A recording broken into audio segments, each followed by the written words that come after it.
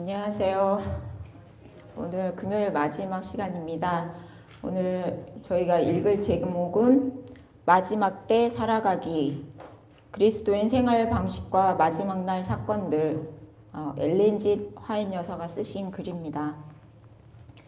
모든 사람에게 구원을 주시는 하나님의 은혜가 나타나 우리를 양육하시되 경건하지 않은 것과 이 세상 정욕을 다 버리고 신중함과 의로움과 경건함으로 이 세상에 살고 복스러운 소망과 우리의 크신 하나님 구주 예수 그리스도의 영광이 나타나심을 기다리게 하셨으니 그가 우리를 대신하여 자신을 주심은 모든 불법에서 우리를 속량하시고 우리를 깨끗하게 하사 선한 일을 열심히 하는 자기 백성이 되게 하려 하심이라.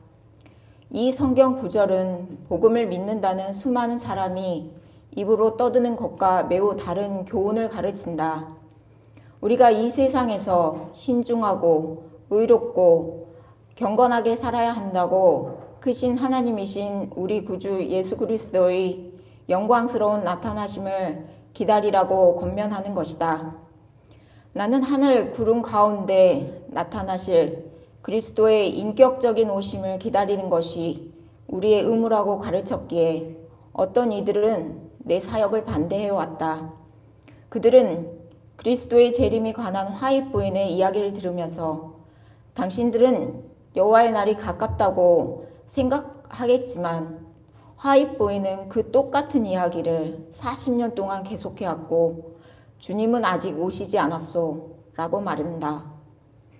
이것은 그리스도께서 직접 하신 말씀을 대놓고 반박하는 것이다. 그분께서는 사랑하는 제자의 입을 통해 보라 내가 속히 오리라 고 말씀하셨고 요한은 주 예수여 오시옵소서 라고 답한다. 예수께서 경고와 권면의 말씀으로 이같이 말씀하셨으니 거기에 주의를 기울여야 하지 않겠는가. 주께서는 깨어 자기를 기다리는 자들을 신실한 자들이라고 하신다. 그리스도가 재림하실 정확한 시간은 공개되지 않았다. 예수께서는 그날과 그 시는 아무도 모른다고 말씀하셨다. 그러나 그분께서는 재림의 징조들을 보이시며 이와 같이 너희도 이 모든 일을 보거든 인자가 가까이 곧 문 앞에 이른 줄 알라 고 말씀하셨다. 그분께서는 재림의 징조들이 나타날 때 일어나 머리를 들라 너희 속량이 가까웠느니라 고 그들에게 분부하셨다. 사도는 이런 일들에 관하여 기록했다. 형제들아 너희는 어둠에 있지 아니하며 그날이 도둑같이 너희에게 임하지 못하리니 너희는 다 빛의 아들이요 낮의 아들이라. 우리는 그리스도 재림의 시간을 알 수 없으므로 이 세상에서 신중하고 경건하게 살면서 복스러운 소망과 우리의 크신 하나님 구주 예수 그리스도의 영광이 나타나심을 기다려야 한다. 그리스도께서는 우리를 위해 자신을 주셨고 모든 불법에서 우리를 속량하고 우리를 깨끗하게 하사 선한 일을 열심히 하는 자기 백성이 되게 하셨다. 그분의 백성은 그분의 대표자가 되어 자신들의 특별한 성품을 보존해야만 한다. 그들 각자가 해야 할 일이 있다. 부자가 자신의 소유를, 유명한 자가 그 영향력을, 학식이 있는 자가 자신의 지혜를, 가난한 자가 자신의 덕행을 바친다면 그들은 하나님의 효과적인 일꾼이 될 것이다. 그들은 하나님과 올바른 관계를 맺어야 하며 그렇게 하여 예수 그리스도의 얼굴에서 발산하는 하나님의 영광을 반사하게 될 것이다. 우리는 재림의 날을 먼 미래로 연기해 놓은 글들을 읽고 있지만 그럼으로써 그분의 오심은 밤중의 도둑같이 이루어지며 그들에게는 멸망이 느닷없이 이를 것이다. 많은 사람이 세상적인 보안이라는 요람에서 깊이 잠들어 있을 것이지만 지금은 우리가 잠에서 깨어날 시간이다. 사도는 우리는 다른 이들과 같이 자지 말고 오직 깨어 정신을 차릴지라고 말한다. 우리는 깨어 시대의 징조를 분별하면서 사람들에게 경고해야 한다. 세상에는 평강하다, 평강하다 하나 평강이 없도다 라고 말하는 백성의 경고를 덮어버리려는 이가 많다. 하지만 우리는 반대편 길을 택해야 한다.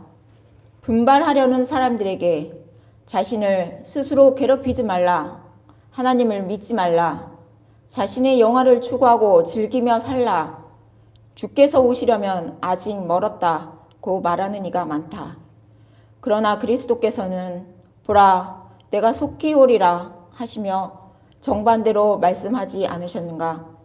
그분은 자신의 교회가 이 엄숙한 사건을 마음에 두기를 바라지 않으셨는가?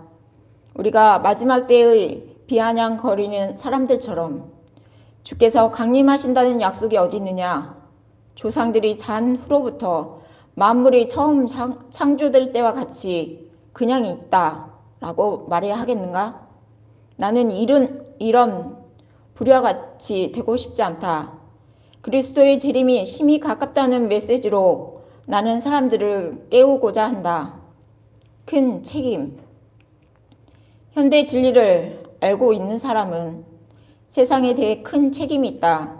그들은 심판이 코앞에 있다고 사람들에게 경고해야 한다. 사람들에게 그리스도를 나타내야 한다. 그들은 자신의 상황을 한탄하거나 자신의 암담함을 말하거나 앞길의 어려움을 투덜거리며 불평해서는 안 된다. 그들은 하나님을 향해 뜻을 높이고 마음의 문을 예수께 열어 그분께서 들어와 함께 거하시도록 해야 한다.